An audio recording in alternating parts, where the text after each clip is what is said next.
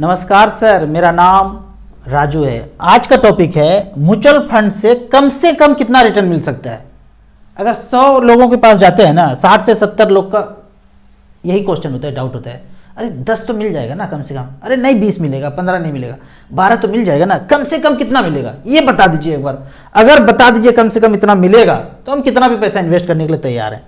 तो यहाँ पे थोड़ा सा स्ट्रक्चर समझिए। कम से कम 12 भी नहीं बोल सकते हैं, 10 भी नहीं बोल सकते हैं, लेकिन आप एक रिकॉर्ड देख सकते हैं। पहले ये समझते हैं कि bank, post office, safe, safer, safest कहीं भी लगाते हैं तो आपको गारंटी देता है। कैसे गारंटी देता है?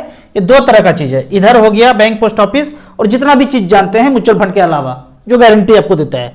अब ये दोनों ही संस्था, चाहे बैंक, पोस्ट ऑफिस हो, चाहे मच फंड हो, ये पैसा मार्केट में ही लगता है ज्यादातर। वहां से मान लीजिए 13% कमाया तो यहां तो आपको गारंटी लिख के दे दिया 7% मिलेगा, 6% वो रख लिए। हर साल मान लेते हैं कि 10 साल तक 13 मिलता रहा तो 7 मिलता रहा, और 6% जो है बैंक, पोस्ट ऑफिस, सेफ रखते रहे, आपको गारंटी ठप्पा लगा दे दिया 7% मिलेगा। अब इससे ये नहीं पूछ सकते कहाँ लगाया, कितना कमाया, ये सब पूछने का हक नहीं है। बैंक वाले बोलेंगे, पोस्ट ऑफिस वाले, आपको करना है तो करो, ये सब सवाल जवाब का टाइम हमारे पास है नहीं, हम कुछ नहीं बताएंगे। 7% मतलब 7%। अब यहाँ मच फंड वाले बोलते हैं कि अगर मैं 13 कमाया तो 1.5 से 2% रख के जितना बचेगा सब आपको दे दूंगा। ये expense ratio, fund management charge, सारे तामझाम का खर्चा हमें मिलता है, टीवी, मीडिया, रिंगटोन, एडवर्टाइज, सब मिला के एक्सपेंस रेशियो के अंदर आ गया। किसी साल 15% मिला तो 1.5 से 2% जो एक्सपेंस फंड का है वो काट के जितना बचेगा सब दे देंगे। पर यदि यहां 15 कमाया तो भी यहां 7 ही देंगे। किसी साल 18 कमाया तो भी उतना ही एक्सपेंस काट करके सब दे देंगे। यहां 18 कमाया तो भी 7 देंगे और 11 रख लेंगे। और किसी साल -10% का गिरावट आया मार्केट में तो भी ये एक्सपेंस रेशियो कटेगा और यहां पे लगभग 11.5% 12% का माइनस रिटर्न आपको दिखेगा। जबकि यहां भी गिरावट हुआ तो बैंक ने जो प्रॉफिट करके पहले से रखा है 10 साल से, उस प्रॉफिट से भी आपको करके देना पड़ेगा। तो ज्यादातर आप क्या देखेंगे, अभी रिकॉर्ड देखते हैं। तो यहाँ पे मैं StarSIP.in में गया हूं, यहाँ पे ऑल एसेट सेलेक्ट किया हमने। एक कैटेगरी और नया इंट्रोड्यूस हुआ यहाँ पे, all asset. Small cap category में 1 लाख रुपया लगाया, 96 से लेके अब तक का रिकॉर्ड है। सारे फंड स्मॉल कैप में जितने फंड हैं, ए से लेके जेड तक, सारे फंड यहाँ पे आपको यहाँ पे आ गए। ठीक है, तो यहां पे देखते हैं सबसे मिनिमम अगर देखते हैं कि कितना रिटर्न मिला है, कम से कम कितना मिला, यही क्वेश्चन है, यही टॉपिक है। तो यहां देखते हैं 12% का, 18% का, 16%, 13%, 17%, 21, 17, 13, 23, 24, इस तरह से करके अगर देखा जाए तो सबसे कम रिटर्न 12.61, सारा चार्जेज उर्जेज काट करके। फंड का नाम है आदित्य बिरला स्मॉल कैप। 2007 से ये शुरू हुआ और तब से 17 साल बीत चुका। 17 साल में इसने 12.61% का रिटर्न दिया है। अगर मैं दूसरे कैटेगरी का बात करूं, मिड कैप कैटेगरी में, मिड कैप कैटेगरी का अगर देखें, सेम सारे मिड कैप यहां पे आ जाएंगे, ए से लेके axis, Aditya Birla, DSP, Edelweiss, quant, Franklin, सारे एसबीआई, मिड कैप के जितने भी फंड है यहां पे आ गए। और साल क्या सिलेक्ट किया है? लंबा, 96 से लेके अब तक। तो देखते हैं सबसे कम वाला अगर देखा जाए, 18, 21, 17, 15, 13 के बाद 13 का देखा जाए 2007 से, 17 साल से 13% का सालाना एवरेज रिटर्न मिला। 1 लाख लगाया था 2007 में तो 7,70,000 हुआ, 13.44% का रिटर्न। इससे भी कम कोई है क्या? सबसे कम कितना मिल सकता है, क्वेश्चन यही है। 10.28 मिनिमम मिड कैप में इतना रिटर्न मिला है। कौन सा फंड और कब से? 96 से लेके अब तक। कौन सा फंड? Taurus mid cap. इसीलिए हमेशा बीच बीच में बोलता हूं, अगर जिसमें एयूएम कम है, 1000 करोड़ है, 500 करोड़ है, 250 करोड़ है, 200 करोड़ है, नहीं लगाना है। एयूएम जिसका ज्यादा है उसका रिटर्न भी ज्यादा होगा, ज्यादातर केस में यही देखा गया है। तो मिड कैप कैटेगरी में देख लिए 10, स्मॉल कैप में देख लिए 12। एक कैटेगरी और देख लेते हैं, multi cap. Multi cap category में 1 लाख रुपया डाला और 96 से लेके अब तक का रिकॉर्ड अगर देखते हैं तो यहां पे देखते हैं 16, 19, 16, 17, 18, 16, 19, 17, 18, 15, 31, 28, 53। ये 28, 53 क्यों दिखा रहा है, इतना ज्यादा दिखा रहा है? क्योंकि मैं बिना देखे बोलता हूं, इसका टाइम कम हुआ होगा। टाइम देखिए 2023, साल भर भी पूरा नहीं हुआ होगा, मार्च में 1 साल पूरा होगा। 53%, 28%, 55%, ये हवा हवाई वाला रिटर्न है। इतना नहीं होगा। 15 से 20%, 22% रियलिस्टिक रिटर्न। ये 55 मतलब बिना देखे बोल सकता हूं 1-2 साल वाला होगा, ठीक है। 31% ये भी पुराना नहीं होगा, 2022 से ज्यादा रिटर्न होगा तो वो पुराना नहीं होगा, 2022 से। तो इस तरह से एनालाइज कर सकते हैं कि कम से कम कितना मिलेगा। लिख के नहीं दे सकते हैं, अगर लिख के दिया तो फिर तो कहानी वही हो गया ना, जैसे थे वाला, लूट के सारा ले जाएगा। ये गारंटी लिख के दिया। अगर म्यूचुअल फंड में भी बोले फंड मैनेजर को गारंटी दो, देने के लिए तो तैयार है। हमारे रेगुलेटर, हमारे कर्ता धर्ता सेबी एमपी बोलते हैं ना गारंटी नहीं। अगर गारंटी 12 बोल दिया, तुम तो 15 कमाओगे, 20 कमाओगे, सारा रख लोगे। नहीं, सारा इन्वेस्टर को देना है, तुमको सिर्फ एक्सपेंस रेशियो जो मिनिमम चार्ज होता है वही काटना है, ठीक है। अब इसको दूसरे शब्दों में देखते हैं। अब यहां पे कुछ इन्वेस्टर ऐसे होंगे जो म्यूचुअल फंड में अभी तक इन्वेस्ट नहीं किया है, प्लॉट फ्लैट खरीदता रहा। कुछ ऐसे लोग होते हैं ना, हर 2-3 साल में एक प्लॉट खरीदना है। ऐसे लोग अचानक से म्यूचुअल फंड का वीडियो देख लिए। पहले सपना चौधरी का डांस देखते थे, अचानक से वीडियो हमारा वाला आ गया और लोगों का वीडियो देखने लगे। उनको लगा 10-12 लाख का प्लॉट लें या म्यूचुअल फंड में लगा दें। तो एक रिकॉर्ड ऐसे लोगों के लिए है कि मिड कैप कैटेगरी में पिछले 10 साल में किसी ने 12 लाख रुपए इन्वेस्ट किया। आपने भी लिया होगा कहीं कहीं पे। तो कोटक इमर्जिंग इक्विटी में 2014 में 12 लाख लगाया था तो 95 लाख रुपया बनाया। 23% का सालाना रिटर्न इस फंड ने जनरेट करके दिया है। Edelweiss mid cap, Motilal Oswal, HDFC mid cap opportunity 12 lakh का बनाया है, 89 लाख, 22.28% का रिटर्न। इसी तरह से करके अगर एसबीआई में आ जाए, एसबीआई का प्लॉट खरीद लेता 12 लाख का, कॉर्नर वाला प्लॉट ना खरीद के एसबीआई मैग्नम मिड कैप में 2014 में 12 लाख रुपए लगाया, 73,52,000, 19.85% का रिटर्न मिला है। एवरेज का बात करें तो 20.76% का रिटर्न म्यूचुअल फंड के मिड कैप के कॉर्नर वाला बर्फी साइज का टुकड़ा 12 लाख म्यूचुअल फंड में डाला। तो इस तरह का रिकॉर्ड है। तो अगला प्लॉट फ्लैट ना लेके, ले लिए हैं बहुत, एक म्यूचुअल फंड में भी लगा के छोड़ते हैं तो आपको लंबे समय में ज्यादा अच्छा रिटर्न मिलेगा।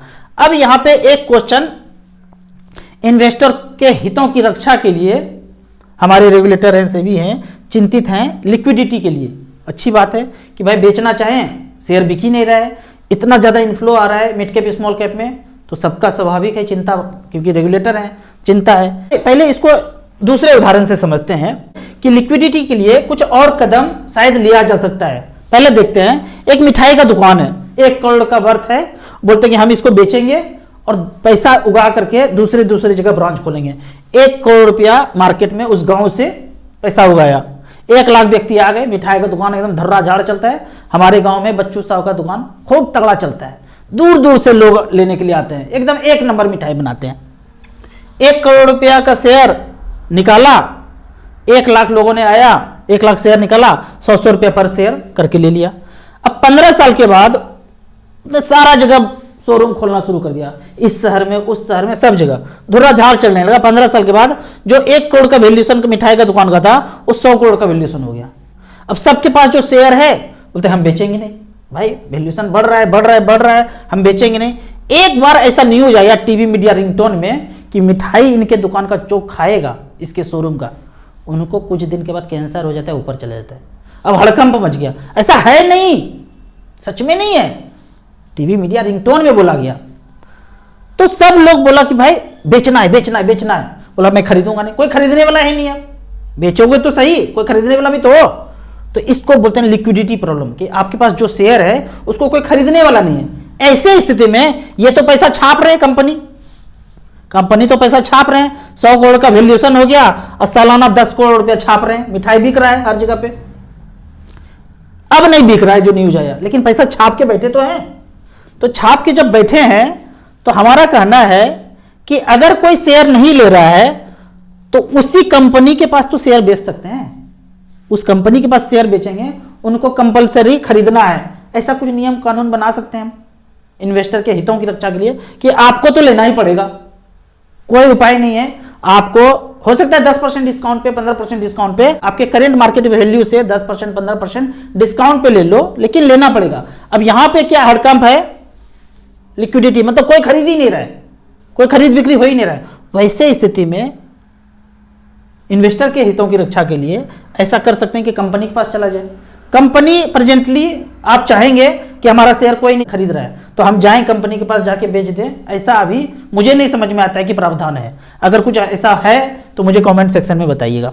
अब इसको दूसरे उदाहरण से समझते हैं। मान लो ऐसा हो जाए कि ये जो पैसा छाप रहे हैं 10-10 करोड़ रुपया, ऐसा नियम हो जाए कि भाई जितना शोरूम खोलना था खुल गया, आपने जिस काम के लिए पैसा लिया इन्वेस्टर से, अब आपको शोरूम खोलने की जरूरत नहीं है, जितना पैसा आ रहा है सब में बांट दो। मान लेते हैं किसी ने 1 करोड़ रुपया का शेयर लेके रखा है और 1 से 2 लाख रुपया अगर मंथली डिविडेंड के रूप में आ रहा है, तो क्या जरूरत है किसी को बेचने के लिए? ये नहीं कि 50% शेयर होल्डर बोलेंगे तो शोरूम ही खोलेंगे। आप करना है जो करो, पैसा लेने के बाद एक बार पैसा ले लिया, अब उसमें जो भी प्रॉफिट होगा कंपल्सरली डिविडेंड के तौर पे पैसा देते जाना है, देते जाना है, देते जाना है।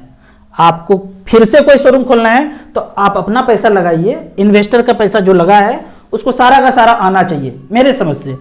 अब एक दूसरा उदाहरण लेते हैं। यहाँ पे कोई आम का बगीचा है, किसान से खरीद लिया कंपनी आम का बगीचा, तो हर साल जो आम हो रहा है बोलते आम आपको नहीं देंगे, डिविडेंड के तौर पे आम आपको नहीं देंगे, हम आम बेचेंगे मार्केट में, विदेश में बेच देंगे और प्लॉट खरीदते रहेंगे और दूसरा दूसरा प्लॉट खरीदते रहेंगे और आपका जो है ना वैल्यूएशन बढ़ता रहेगा, वैल्यूएशन बढ़ता रहेगा। कागज है आपके पास, खेत का टुकड़ा है, उसका वैल्यूएशन बढ़ता रहेगा। किसान बोल रहे आम दे दो पेट भरूंगा, नहीं नहीं, वैल्यूएशन देखो, वैल्यूएशन देख के पेट भरो। 1 ट्रिलियन का वैल्यूएशन हो गया, 2 ट्रिलियन का हो गया, 5 ट्रिलियन का हो गया, 10 ट्रिलियन का हो गया और 80 करोड़ अनाज मुफ्त गरीब को जाएगा। ये कैसा इकोनॉमिक्स है? ट्रिलियन पे ट्रिलियन बढ़ता जा रहा है और 80 करोड़ से 100 करोड़, 100 करोड़ से 125 करोड़। अभी तो मैं मुफ्त अनाज नहीं लेता हूँ, क्या पता मेरा भी नंबर कभी आ जाएगा मुफ्त अनाज लेने के लिए, मतलब गरीब हो जाएंगे। तो चाहते क्या है, 80 करोड़ को मुफ्त अनाज मिले या 80 करोड़ इतना सक्षम हो कि खरीद के अनाज खाए।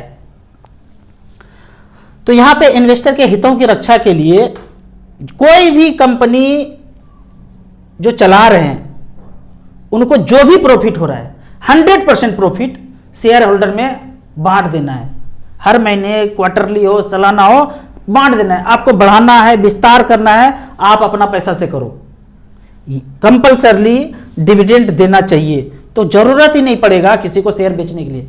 किसी के पास 1 करोड़ है टोटल पैसा और 1 से 2 लाख रुपया डिविडेंड आ रहा है तो किसी को बेचने का जरूरत नहीं पड़ेगा। मुझे लगता है इस तरह का नियम नहीं है। इन्वेस्टर के हितों की रक्षा के लिए ये छोटा छोटा चीज अगर उठ जाए तो शेयर मार्केट में सबका भरोसा आ जाएगा।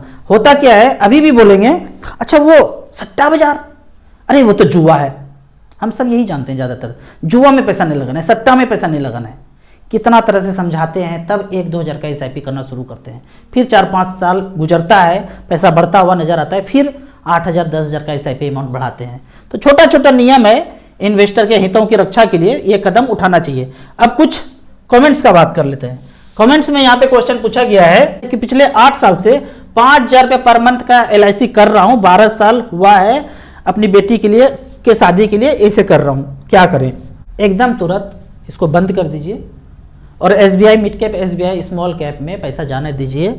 12 साल बाकी है, जो भी पैसा मिलता है यहाँ से निकाल करके आप म्यूचुअल फंड के स्मॉल कैप में लगा के, मुझे लगता है इतना लंबा समय है तो ज़्यादा रिटर्न आपको दिखता हुआ नजर आएगा। इस तरह के प्लान में जाएंगे LIC में, अगर तो यूलिप है 10-12% का रिटर्न मिल जाएगा, अगर तो ट्रेडिशनल है 5-6% से ज़्यादा रिटर्न नहीं मिलेगा। किसी को मिला है तो हमें भी बताइए, ये तो सदियों से चलता जा रहा है। हेलो राजू सर, मैंने कुछ टाइम पहले 6 लाख रुपया लोन लिया था, पर्सनल लोन। अभी लोन का प्रिंसिपल 4 लाख बचा हुआ है, 11,000 रुपया EMI जाता है। अभी क्या करें, 4 लाख रुपया वापस कर दें या कंटिन्यू करें, इस 4 लाख को इन्वेस्ट कर दें? एकदम पर्सनल लोन को आप 4 लाख रुपया, आपके पास पर्सनल पैसा है कैश में, उसको वापस कर दीजिए और जो 11,000 12,000 रुपये आपके जेब से बच रहा है उसी का आप स्मॉल कैप मिड कैप में SIP कीजिए। एक मल्टी कैप भी पकड़ सकते हैं या 250 इंडेक्स फंड बराबर पैसे करके डाल सकते हैं। इस पैसे को 4 लाख आप वापस कर दीजिए और जो पैसा आपको बचे उसका बराबर SIP कर लीजिए। 15 साल बाद SIP का अमाउंट HWP में ट्रांसफर करना पड़े तो टैक्स देना पड़ेगा, कोई ट्रांसफर करने की जरूरत नहीं है। आप 15 साल से मिड कैप स्मॉल कैप में बने हुए हैं, मल्टी कैप में बने हुए हैं, इंडेक्स फंड में बने हुए हैं, वहीं से HWP मार दीजिए, कोई ट्रांसफर करने की जरूरत नहीं है, कोई टैक्स टूक्स नहीं आएगा। एक बात जान लीजिए, 50 लाख 1 करोड़ तक बनाने में कोई टैक्स टूक्स ज़्यादा नहीं लगता है। इसके बारे में चिंता मत कीजिए, टैक्स नहीं लगता है ज़्यादा, लगेगा भी तो वो 10% लगता है। 90% प्रॉफिट आपका है, 10% ही टैक्स जाता है। अगर गिरावट ना हो तो कैसे लमसम करें, प्लीज सजेस्ट। गिरावट नहीं है, लमसम का पैसा है। इसका ज़्यादातर लमसम का पैसा क्या होता है, मान लीजिए कि आपका सैलरी 50,000 रुपये महीना है और आप 5,000 का SIP कर रहे हैं, तो जाहिर सा बात है हर महीना आपके पास पैसा बचेगा और उसको लमसम लगाने का कोशिश करेंगे। तो बेहतर है ना कि आप 20,000 15,000 का SIP कर दीजिए, मैक्सिमम अमाउंट का SIP कर दीजिए। ये झंझट से बच जाइए लमसम करने का, मैक्सिमम अमाउंट का SIP कीजिए, वो ज़्यादा अच्छा है। फिर भी आप कहते हैं लमसम करते रहिए, हर 28 तारीख को महीने के अंत में पैसा डाल दीजिए। गिरावट का इंतजार करेंगे, गिरावट ना हुआ तो करते रहिए करते रहिए करते रहिए। और ऐसा 10-12 साल करना है, पहला 1 करोड़ के लिए।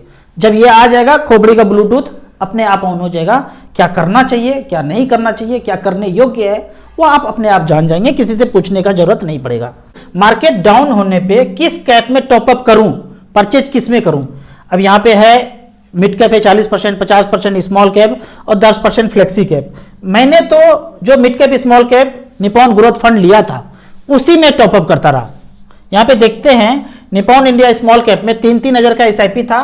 बीच बीच में कभी कभी मार्केट गिरता था, 2010 से शुरू किया था, 14 साल हुआ तो 8,41,000 जमा किया और अभी मार्केट लाइफ टाइम हाई है। पोर्टफोलियो मेरा 36,79,000 यहाँ पे वर्थ दिख रहा है, लाइफ टाइम हाई है ये पोर्टफोलियो। तो मैं तो हमेशा इसी में टॉपअप करता रहा, 20.4% का रिटर्न दिख रहा है। तो जो आपके पास मिड कैप स्मॉल कैप है, गिरावट में धीरे धीरे उसमें परचेज करते रहिए, वो ज़्यादा बेहतर है। आपको इसी तरह म्यूचुअल फंड के बारे में और कुछ जानना है, इन्वेस्टमेंट के बारे में जानना है तो इस नंबर पर मुझे व्हाट्सअप कर सकते हैं। आपका कोई भी क्वेश्चन हो, पर्सनल क्वेश्चन, तो इस पर व्हाट्सअप कर सकते हैं। कमेंट सेक्शन में आप इसी तरह क्वेश्चन पूछते रहिए, मैं आपको जवाब देता रहूँगा। अंत में एक जरूरी सूचना, उन 10,000 लोगों के लिए, सब्सक्राइबर तो यहाँ पे 1,20,000 दिख रहे हैं, पर उन 10,000 के लिए जो हमें मानते हैं। अभी मेरे एक इन्वेस्टर के पापा को प्रॉब्लम था, ये था 20 दिन में लगभग डाइट से कोई चॉकलेट नहीं खाए बिना, जितना चॉकलेट खाते थे, चॉकलेट में उसको बोलता हूं जो सुबह दोपहर शाम अलार्म लगा के खाना पड़ता है, उस चॉकलेट के बिना वो ठीक हो गए सिर्फ डाइट से। मेरा जो जितना भी वीडियो है ना उसमें न्यूट्रिनिस्ट अमित कुमार का नंबर है, यहाँ पे नाम दिया हूं मैं, हेल्थ इज वेल्थ। कोई भी प्रॉब्लम हो 1 सप्ताह के लिए आप इनसे सलाह लेके उस रास्ते पे चल लीजिए तो पता चलेगा 20 साल 25 साल से इतना सा छोटा सा चीज किसी ने बताया नहीं। मैं अपने बारे में पर्सनली बताता हूं, मैं डेंड्रफ से परेशान था। हर ठंड के मौसम में डेंड्रफ इतना ज़्यादा आता था कि सामने में जो किसी से बात करने में दिक्कत होता था, लगता था कि मेरे डेंड्रफ पे तो उनका नज़र नहीं है, और न जाने क्या क्या लगा के मैं थक गया, हर बार हो जाता था।